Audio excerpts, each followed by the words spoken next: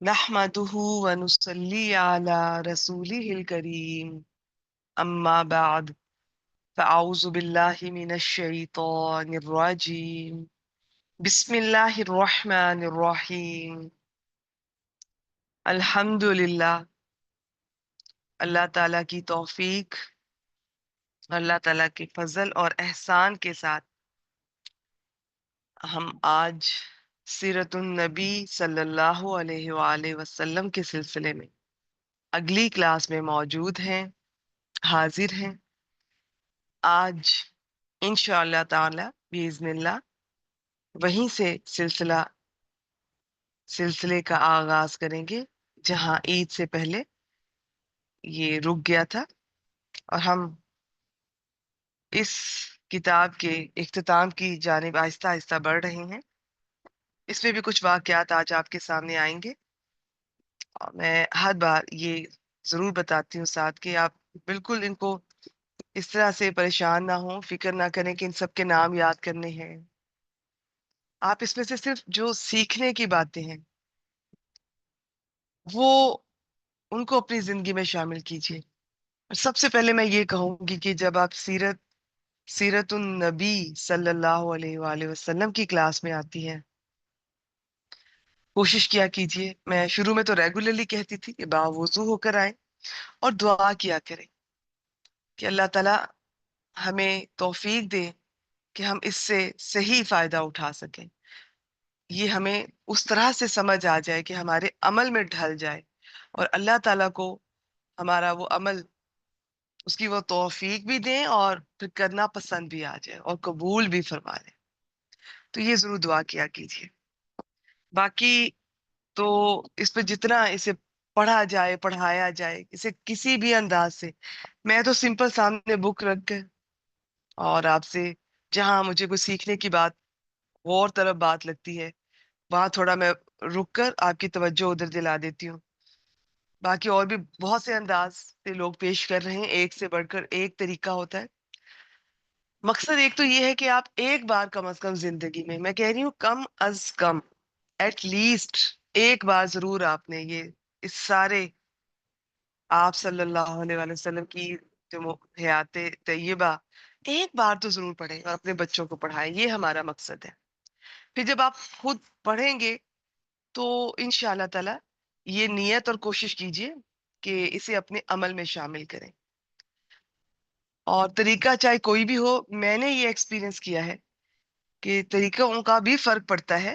Latest طریقے بھی ہیں، بہت ایک سے بڑھ کر ایک، بچوں کے اور انداز ہیں، بڑوں کے اور انداز ہیں. میں نے یہ ایکسپیرینس کیا ہے کہ یہ ایسی بابرکت چیز ہے کہ یہ ٹھیک ہے، ڈیپینڈ کرتا ہے کہ کون پڑھا رہا ہے، کس طرح پڑھا رہا ہے، لیکن اس کی اپنی اتنی تاثیر ہے. قرآن مجید کے بعد یہ ایسا ٹاپک ہے، سیرہ اور حدیث. سیرہ میں سب کچھ چیزیں آ جائیں گی. شروع میں جب ہم نے کلاس سٹارٹ کی تھی تو یہ میں نے بات کی تھی کہ ان کا اپنا اثر ہے، ان کی تاثیر ہے، ان کی اپنی ایک برکت ہے، خیر و برکت جو انسان کی انفرادی طور پر اس کی شخصیت میں بھی اترتی ہے اور اثر کرتی ہے اور جھلک نظر آتی ہے، اور اجتماعی طور پر بھی گھروں میں، فیملیز میں، سوسائٹیز میں یہ چیز ظاہر ہوتی ہے. اور یہ میں کہتی ہوں کہ آپ سیرہ کی اوتھینٹک ہونی چاہیے. کوئی بھی کتاب سے آپ کسی نے بھی لکھی ہے، اگر وہ اوتھینٹک ہے تو وہ اس کے الفاظ بھی اللہ کی طرف سے آپ کے دل پہ اثر کریں گے. آپ کو اس کے الفاظ بھی اسی طرح یاد آئیں گے. کوئی کام کرتے ہوئے وہ واقعات، اگر الفاظ پہ غور نہیں کیا تو کم از کم وہ واقعات کچھ بھی کہنے لگیں گی، کچھ بھی کرنے لگیں گی، کچھ بھی معاملہ آپ کرنے لگیں گے تو وہ آپ کے لیے مددگار ثابت ہوں گے انشاءاللہ تعالی. یہ بس ہم اپنے اس پہلے بیچ کے اختتام کی طرف بڑھ رہے ہیں. نیکسٹ منتھ میں یہ مکمل ہو جائے گا انشاءاللہ تعالی. چند لیکچرز رہ گئے، پھر بیچ 2 سٹارٹ کرتے ہیں. کچھ تبدیلیاں کریں گے انشاءاللہ تعالی. ایک تو پڑھایا تو اسی بک سے ہی جائے گا. ہو سکتا ہے کہ میں اتنی ڈیٹیل نہ کرواؤں، لیکن چونکہ یہ آتھینٹک ہے، ابھی تک جتنی بھی بکس ہیں ان میں سے ایک ہے.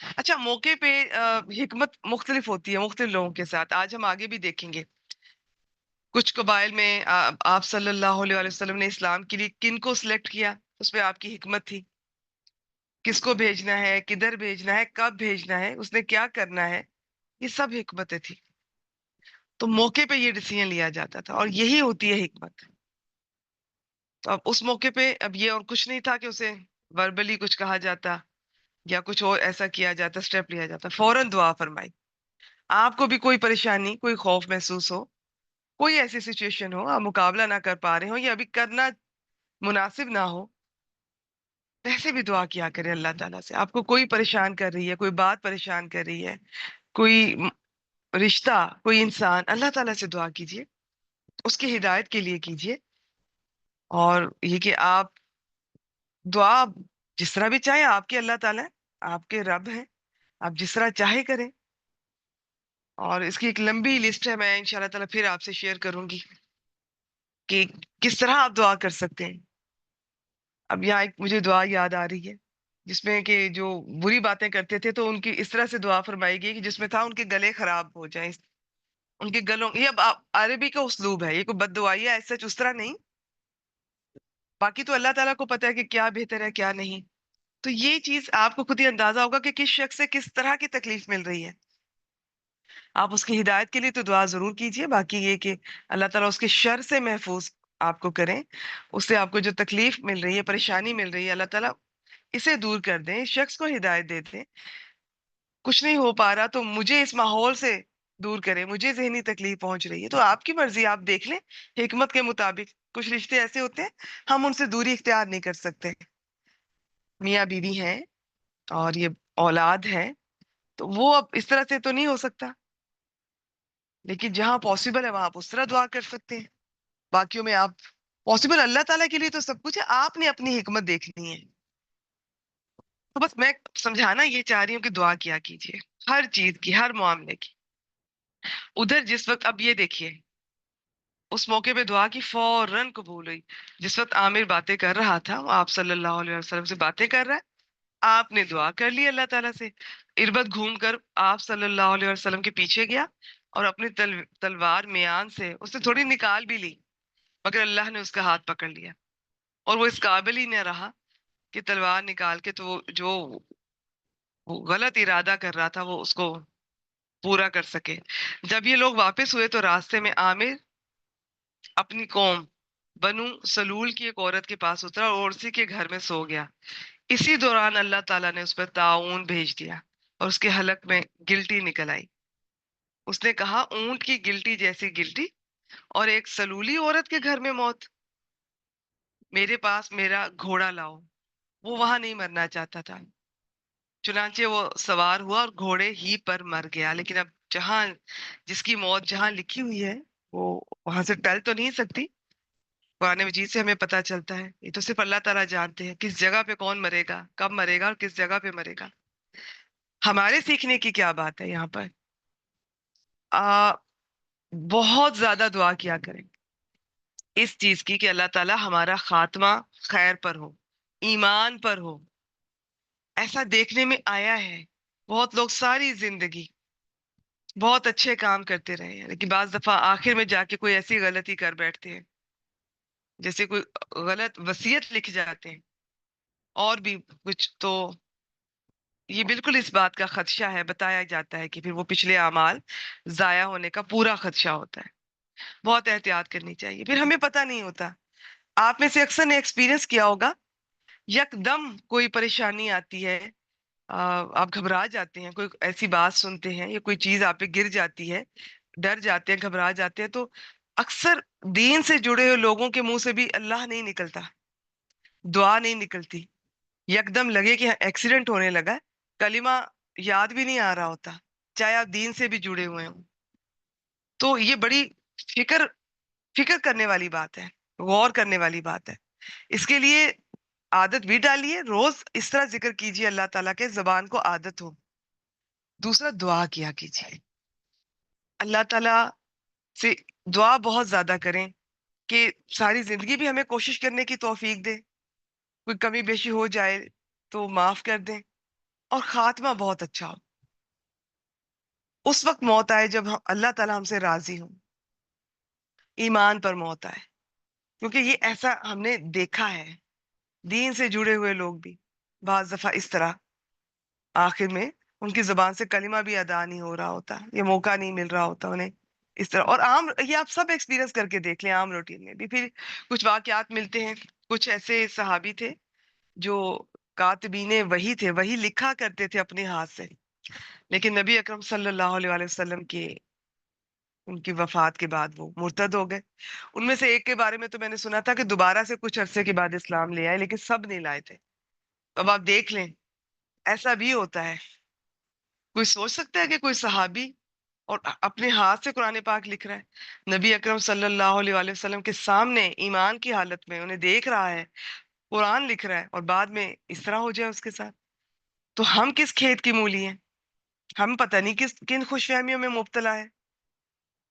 ہمیں تو ہم سوچتے ہی نہیں ہیں کہ ایک دن ایسا آئے گا کہ ہم نہیں ہوں گے. پھر ہم کدھر ہوں گے؟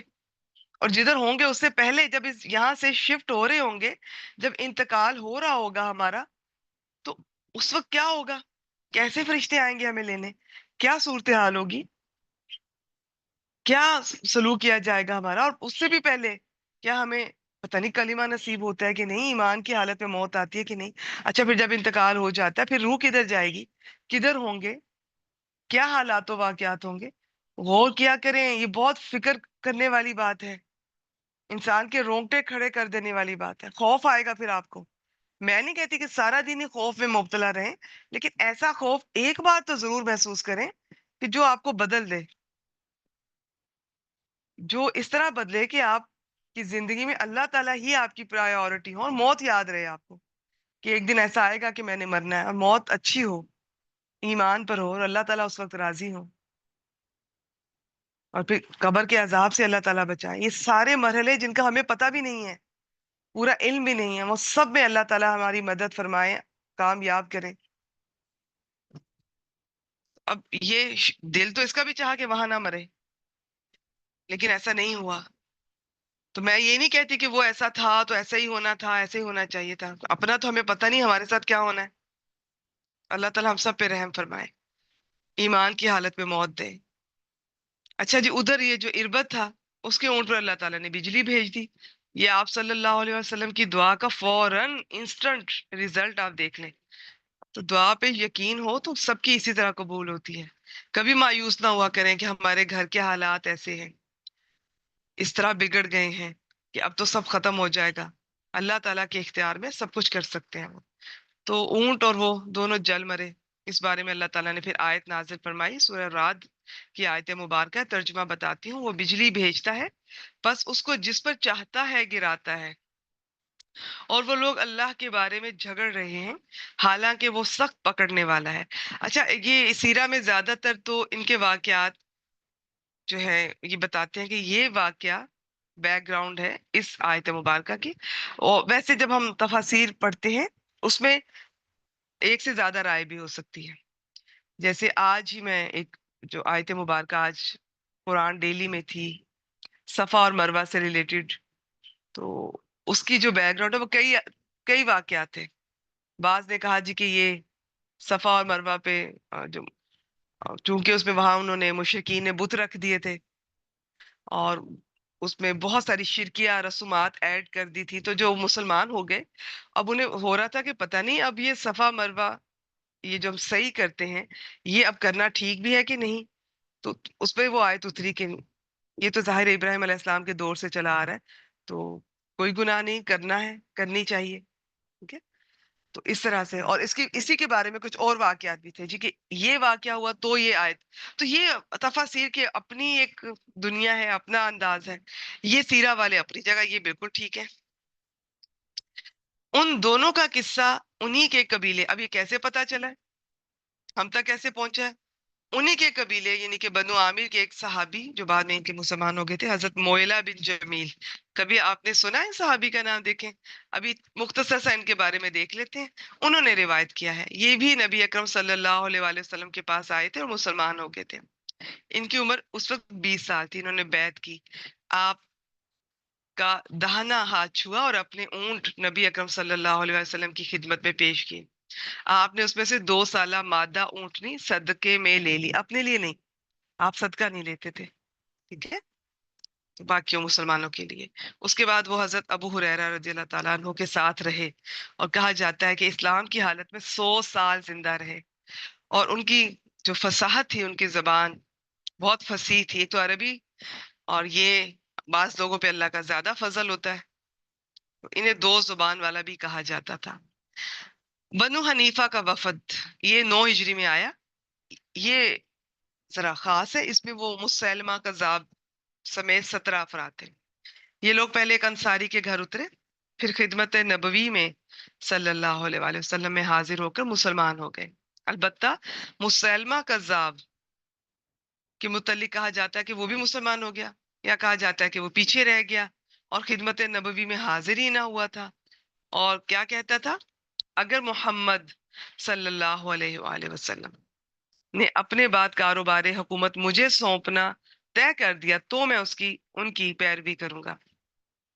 اس سے پہلے نبی اکرم صلی اللہ علیہ وآلہ وسلم یہ خواب دیکھ چکے تھے کہ آپ کے پاس اس زمین کے خزانے لا کر رکھ دیے گئے، اس میں سے سونے کے 2 کنگن آپ کے ہاتھ میں آ پڑے ہیں. آپ کو یہ دونوں بہت بھاری اور تکلیف دہ محسوس ہو رہے تھے. آپ صلی اللہ علیہ وآلہ وسلم کو وحی کی گئی کہ ان دونوں کو پھونک دیجئے. چنانچہ آپ نے پھونک دیا تو وہ دونوں اڑ گئے.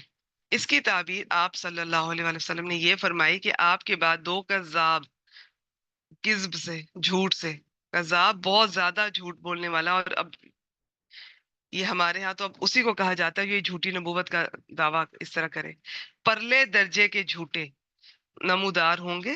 چنانچہ نبی کریم صلی اللہ علیہ وآلہ وسلم مسلمہ کے پاس آئے. آپ کے ہاتھ میں کھجور کی ایک شاخ تھی، اور آپ کے ساتھ حضرت ثابت بن قیس رضی اللہ تعالیٰ عنہ تھے، جو شاعری بہت اچھی اسلامی پوائنٹ آف ویو سے بھی یہ لکھا کرتے تھے، کہا کرتے تھے. آپ مسلمہ کے سر پر جا کر کھڑے ہوئے جو آپ اپنے ساتھیوں کے درمیان تھا. آپ صلی اللہ علیہ وآلہ وسلم نے اس سے گفتگو کی. مسلمہ نے کہا اگر آپ چاہیں تو ہم حکومت آپ ہی کے ہاتھ میں رہنے دیں، لیکن اپنے بعد آپ اسے ہمارے لیے طے فرما دیں. آپ صلی اللہ علیہ وسلم نے فرمایا، ترجمہ، اگر تم مجھ سے کھجور کا یہ ٹکڑا بھی چاہو گے تو تمہیں نہیں دوں گا. اس شخص نے آپ کی زندگی میں ہی دعویٰ کر دیا تھا، تم اپنے بارے میں اللہ کے مقرر کیے ہوئے فیصلے سے آگے نہیں جا سکتے. اگر تم نے پیٹھ پھیری تو اللہ تمہیں توڑ کر رکھ دے گا. اللہ، میں تمہیں وہی شخص سمجھتا ہوں جس کے بارے میں مجھے خواب میں ان کی پوری تفصیل سے دکھلایا گیا ہے، اور یہ ثابت بن قیس ہے جو تمہیں میری طرف سے جواب دیں گے. وہ بھی لکھتا تھا، یہ بھی لکھتے تھے. پھر آپ تشریف لے آئے، واپس تشریف لے آئے. وفد واپس گیا تو مسلمہ کچھ دن ٹھہرا رہا. اب اس نے کیا دعویٰ کیا کہ اسے نبی صلی اللہ علیہ وآلہ وسلم کے ساتھ کار نبوت میں شریک کر لیا گیا. اب دماغ میں خلل ہو تو کیا کیا جا سکتا ہے، کچھ بھی انسان کہہ سکتا ہے، اب یہ دیکھ لیں. چنانچہ اس نے نبوت کا دعویٰ کر دیا، اور اس نے کچھ ایسا کلام لکھا، اور اپنی قوم کے لیے شراب اور زنا اس نے حلال کر دیا. تو اب ظاہر ہے جو لوگ جنہیں اسلام مشکل لگ رہا تھا، اس کے یہ وہ ان کو تو اس کی باتیں اٹریکٹیو لگی ہوں گی، آسان لگی ہوں گی. قوم بھی فتنے میں پڑ گئی، معاملہ سنگین ہو گیا. ابھی یہ صورتحال جاری تھی کہ رسول اللہ صلی اللہ علیہ وآلہ وسلم انتقال فرما گئے. اس کی قوم مزید فتنے میں مبتلا ہو گئی. آخرکار حضرت ابوبکر صدیق رضی اللہ تعالیٰ عنہ نے حضرت خالد بن ولید رضی اللہ تعالیٰ عنہ کی قیادت میں لشکر بھیجے. ان میں اور مسلمانوں میں سخت لڑائیاں ہوئیں. مسلمہ اور اس کا بہت سارا لشکر مارا گیا. اس کا قاتل جو تھا وہ وحشی بن حرب تھا. یہ وہی ہے جس نے حضرت حمزہ رضی اللہ تعالیٰ عنہ کو شہید کیا تھا. بعد میں اسلام قبول کر لیا تھا، معافی مانگی تھی آپ صلی اللہ علیہ وآلہ وسلم سے، اور دعا کی تھی اس نے. اللہ تعالیٰ نے اسے موقع دیا، اور یہ دیکھ لیں یہ جو کذاب تھا وہ اس کے ہاتھوں سے مرا. دوسرا کذاب جو نبی اکرم صلی اللہ علیہ وسلم کو دکھلایا گیا، اس کا بھی آگے مختصر ذکر آ رہا ہے. اسود النسی تھا، اس کا ذکر آگے آ رہا ہے. شاہان ہمیر کے قاصد کی آمد. اچھا، اب یہاں سے کچھ یمن کے علاقوں کے بھی آئیں گے. تبوک سے نبی اکرم صلی اللہ علیہ وآلہ وسلم کی واپسی کے بعد یہ مالک ہے بن مرہ رہاوی آپ کی خدمت میں حاضر ہوا. اس کے پاس شاہان حمیت، حارث بن عبد کلال، نعیم بن عبد کلال اور نعمان جتنے بھی سربراہ تھے، زیرعین اور معافر اور ہمدان، یہ قبائل آگے آ رہا ہے ان کا ذکر، ان کے خطوط تھے، یہ لوگ مسلمان ہو چکے تھے اور اسی اطلاع کے ساتھ اس کو بھیجا تھا۔ نبی اکرم صلی اللہ علیہ وسلم نے انہیں جوابی خط لکھا جس میں ان کے حقوق اور ان کی ذمہ داریاں بیان فرمائیں، اور جو دونوں پارٹیوں جنہوں نے معاہدہ کیا تھا، ان سب نے ان کو ذمہ عطا کیا۔ پھر ان کے پاس حضرت معاذ بن جبل رضی اللہ تعالیٰ عنہ کو کچھ صحابہ کے ساتھ بھیجا۔ یہ عدن کے اطراف میں سکونوں سکاسک کے درمیان بالائی یمن کے قاضی، جنگوں کے حاکم اور صدقہ اور جزیہ کی وصولی پر مامور تھے اور پانچوں نمازیں پڑھاتے تھے۔ زیریں یمن، زبید، مارب، زم اور ساحل کے لیے ایک منٹ جی ایک منٹ حضرت ابو موسیٰ اشعری رضی اللہ تعالیٰ عنہ کو بھیجا۔ ٹھیک ہے، اب یہ کچھ علاقوں کی طرف جن صحابہ کو بھیجا ان کا ذکر آ رہا ہے۔ ہمارے غور کرنے کی بات یہ آ رہی ہے، کیا کہہ کر بھیجا، کیا فرمایا؟ تم دونوں آسانی کرنا، سختی نہ کرنا، خوشخبری دینا، نفرت نہ دلانا اور مل کر رہنا، اختلاف نہ کرنا۔ تو اللہ تعالیٰ سے دعا کیجئے اللہ تعالیٰ ہمیں بھی آسانی کرنے والا بنائے، ہم لوگوں کے ساتھ بلا ضرورت سختی کا معاملہ نہ کریں۔